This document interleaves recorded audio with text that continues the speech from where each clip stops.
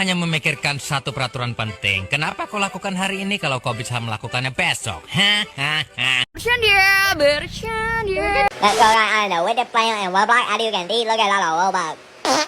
Let's go eat. Apa nih? Bombastic side eye, criminal offensive side eye.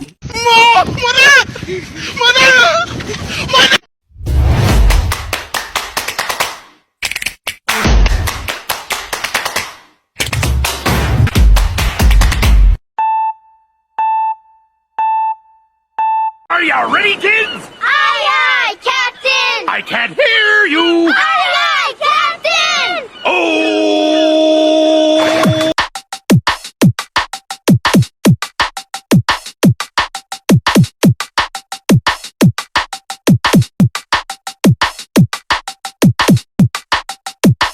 Assalamualaikum warahmatullahi wabarakatuh. Kami dari kelompok 7 ingin mempresentasikan tentang mahasiswa mampu menganalisis karakter kepemimpinan dan manajemen yang beranggotakan Saya Liis Mulyaningsi, saya Rifat Rahma, saya Khalisah Putri, saya Haniati.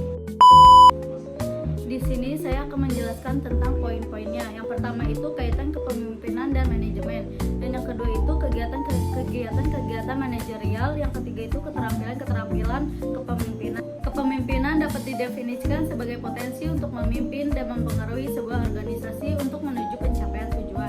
Pengaruh ini dapat berasal dari sumber yang formal, seperti yang disediakan oleh peroleh posisi manajerial dalam suatu organisasi. Sedangkan manajemen adalah ilmu dan seni mengelola proses penggunaan sumber daya manusia dan sumber daya lainnya secara efektif dan secara efisien. Untuk mencapai tujuan tertentu, seorang manajer harus memiliki sifat-sifat seorang pemimpin, yaitu ia harus memiliki kualitas kepemimpinan. Pengertian manajemen kepemimpinan. Manajemen kepemimpinan adalah sebuah keahlian organisasi yang terdiri dari ilmu manajemen dan leadership skill. Secara umum bisa diartikan sebagai keterampilan untuk mengatur suatu organisasi yang dibarengi dengan kemampuan untuk memimpin, mengarahkan dan memotivasi dengan cara yang efisien dan efektif. Pandangan keliru antara manajemen dengan kepemimpinan. Manajemen dan kepemimpinan seringkali dipertukarkan dan disamakan satu dengan yang lainnya.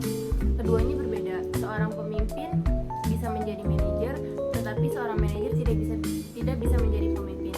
Kepemimpinan dapat ditempatkan sebagai salah satu fungsi manajemen. Manajemen tanpa kepemimpinan hanya menjadikan organisasi bersifat kaku. Kepemimpinan tanpa manajemen akan menjadikan organisasi tidak efektif dan kehilangan arah. Keduanya merupakan satu kesatuan yang saling melengkapi satu sama lain.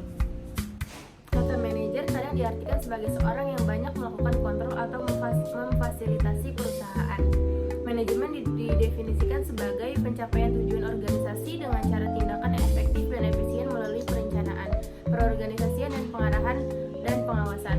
Peran pemimpin 1. Monitor. Pemimpin sebagai mencari dan menerima informasi, mengamati, melaporkan dan mempertahankan kontak personal. Kedua, disseminator. Pemimpin menyebarkan informasi kepada anggota organisasi, mengirim memo dan laporan dan membuat kontak telepon. Pemimpin sebagai pemimpin yang mengarahkan dan memotivasi bawahan, melatih, memberikan bimbingan dan komunikasi. Pemimpin sebagai entrepreneur. Pemimpin sebagai mengembangkan proyek baru, ide baru dan mengembangkan organisasi. Pemimpin sebagai negosiator. Pemimpin mewakili organisasi dalam negosiasi seperti kontrak-kontrak kerjasama, pembelian barang dan penanaman keuangan.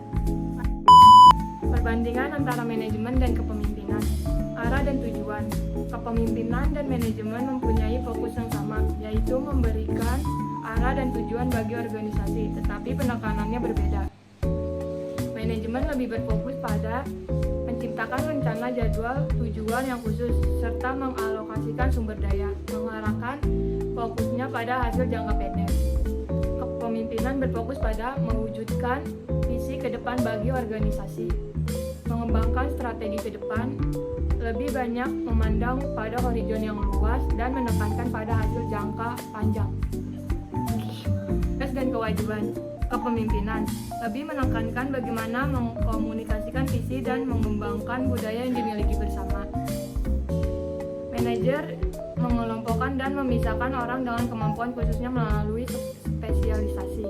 Manajemen mengorganisasikan sebuah struktur untuk mencapai rencana kerja, mengisi struktur dengan orang yang cakap, mengembangkan kebijakan dan sistem untuk mengarahkan karyawan dan penerapan rencana, menghilangkan sekat sehingga setiap orang memahami apa yang dikerjakan orang lain. Pemimpin berfokus pada bagaimana mengembangkan, memperdayakan orang-orang sehingga mereka benar optimal dalam bekerja.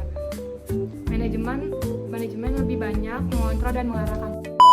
Hubungan dan interaksi. Manajemen berfokus pada objek, mesin, dan laporan yang digunakan untuk menghasilkan produk yang berkualitas.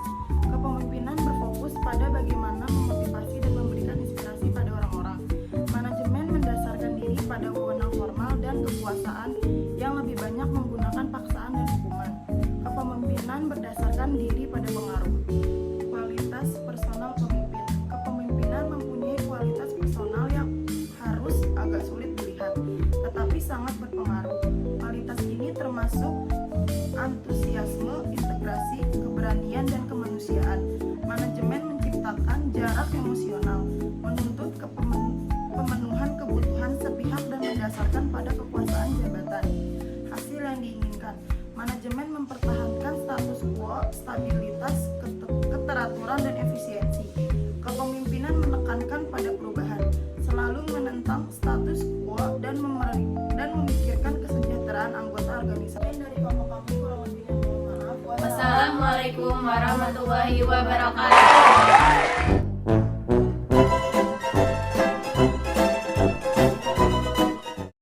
A few moments later.